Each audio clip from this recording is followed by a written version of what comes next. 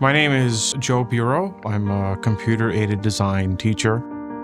Biomedical engineering doesn't just occur in a multi-million-dollar company. We can do it in the classroom. We use all kinds of different CAD softwares to help kids explore different careers.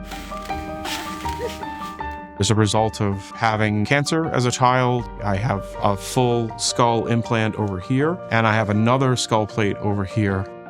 I was able to bring my own medical scans into my classroom environment and convert them to a 3D model.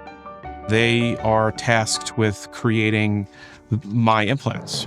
Having this model enables them to have that real-world set of parameters to work within, and they know right away, by just doing a 15-minute 3D print, whether or not they're going to be able to save my life.